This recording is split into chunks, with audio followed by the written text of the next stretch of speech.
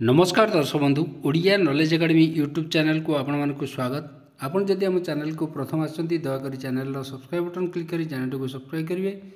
Video भल लगे निश्चय वीडियो को लाइक करेंगे, कमेंट करेंगे, शेयर करें भूलें जहाँद्वारा आप प्रतिदिन नुआ नुआ अपडेट पाइपर। तो आसन देखिए आज गोटे गुरुत्वपूर्ण खबर देखा जो थे कि जो अवसर प्राप्त कर्मचारी अच्छा पेनसनर अच्छा से गोटे गुरुत्वपूर्ण खबर अच्छी एवं जो चिठी आम से चिठी विषय आलोचना करवा निहाती एटा जो पेंशन को नहीं जो विभिन्न समस्या अच्छी तापरे गोटे गुरुत्वपूर्ण खबर अच्छी पेंशन भोगी मान दयाकोरी वीडियोटी को शेष पर्यटन देखिए जहाँद्वारा आप संपूर्ण खबर विषय जानीपर। तो आसतु आरंभ करवा आज खबरटी देखु मीटिंग नोटिस गोटे आसी गोटे मीटिंग हाँपी गोटे नोटिस आसी क्या पाखु देखो ये गवर्नमेंट ऑफ इंडिया भारत सरकार ministry of personal PG and pension department personal training जोटा कि आमर आसी गोटे गुरुत्वपूर्ण चिठी लोकनायक भवन जोटा कि 24 मार्च 2025 चिठी होता। तो चिठी देखो कौटे क्या पाखु आसी श्री शिवगोपाल मिश्र जी अच्छा आमर आप जानते secretary staff side national council जो जेसीएम अच्छी आप जानते जो जेसीएम काम हो जो पेंशनर हूँ किंबा जो सरकारी गवर्नमेंट एम्प्लॉई बा सरकारी कर्मचारी अच्छा तो एमानकर जो विभिन्न इश्यू अच्छी जो विभिन्न समस्या अच्छी तो सरकार सहित गवर्नमेंट सहित एमाने आलोचना करती एवं जो जेसीएम काउंसिल अच्छी ये गोटे मीडिएटर हिसाब से कार्य करे जो कर्मचारी एवं पेंशनर विभिन्न समस्या को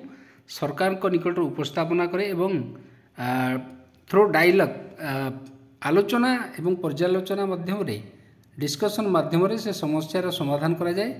तो ये जे शिवगोपाल मिश्र अच्छा सेक्रेटरी स्टाफ साइड तांको पाखु नेशनल काउंसिल पाखु चिठी आसी सहित all members of standing committee जो स्टैंडिंग कमिटीर प्रत्येक मेंबर पाखु आसी नेशनल काउंसिल जेसीएम जो माने मेंबर अच्छा जोटा कि 63 meeting of the standing committee of national council JCM to be held on 23/4/2025 जोटा कि एप्रिल 23 तारीख हम under chairmanship of secretary personnel 11टा टाइम रे आमर गोटे गुरुत्वपूर्ण मीटिंग अच्छी। तो आप जानते ये मीटिंग रे जो विभिन्न समस्या अच्छी आप जानते 8 पे कमिशन ठू आरंभ करी जो डीए समस्या रही सहित कम्यूटेशन ऑफ पेंशन जो आमर आप जानते 15 वर्ष अच्छी सेटा को नहीं 12 वर्ष करने जो दाबी होपर आलोचना हम ता सहित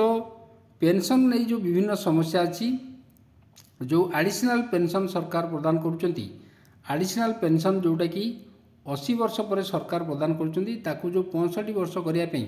सेटा रिप्रेजेंटेशन दिखाई दाबी जनाई सरकार को जे सेटा कमातु जोटा आमर अच्छी कम्यूटेशन पेंशन जो ईयर 15 वर्ष अच्छी 12 वर्ष करने एमती विभिन्न प्रकार जो पे पैरिटी रही जोड़ाक कर्मचारी मानकर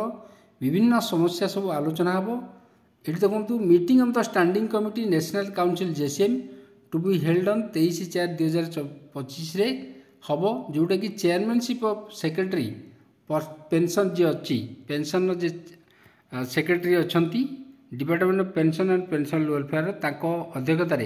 गोटे गुरुत्वपूर्ण मीटिंग हम जोटा कि I am directed to pay that 63 meeting of joint देखो standing committee of national council JCM to be will be held 11टा हम 23/4/2025 under the chairmanship of secretary pension civil service institute जो रही KG Marg new Delhi you are requested to kindly make it convenient to attend the said meeting अनुरोध कराई said meeting रे सी उपस्थित रहा सहित देखो general secretary AIRF general secretary NFIR एम समस्त को पठाई एडिशनल सेक्रेटरी जी अच्छा सहित सेक्रेटरी पेंशन गुरुत्वपूर्ण चिठी कराई। तो निहाती एटा कहवा गोटे गुरुत्वपूर्ण खबर जो पेंशनर माने अच्छा अवसर प्राप्त कर्मचारी हूँ कि जो कर्मचारी माने अच्छा से जो सरकारी कर्मचारी एवं अवसर प्राप्त कर्मचारी विभिन्न समस्या पर गुरुत्वपूर्ण आलोचना गोटे हम एवं आलोचन कौन कौन सब इश्यू रही कर्मचारी मानकर से उपर डिस्कसन करा तार समाधान सूत्र बाहर करा। तो आज यहाँ गोटे गुरुत्वपूर्ण खबर थिला जदि आपको खबरटी भल लगा दयाकोरी निश्चय चैनल को सब्सक्राइब करेंगे वीडियो को लाइक करेंगे कमेंट करें शेयर करें भूलें ଯାହାଦ୍ୱାରା ଆପଣ ପ୍ରତିଦିନ ନୂଆ ନୂଆ ଅପଡ଼େଟ୍ ପାଇପାରିବେ। ଧନ୍ୟବାଦ।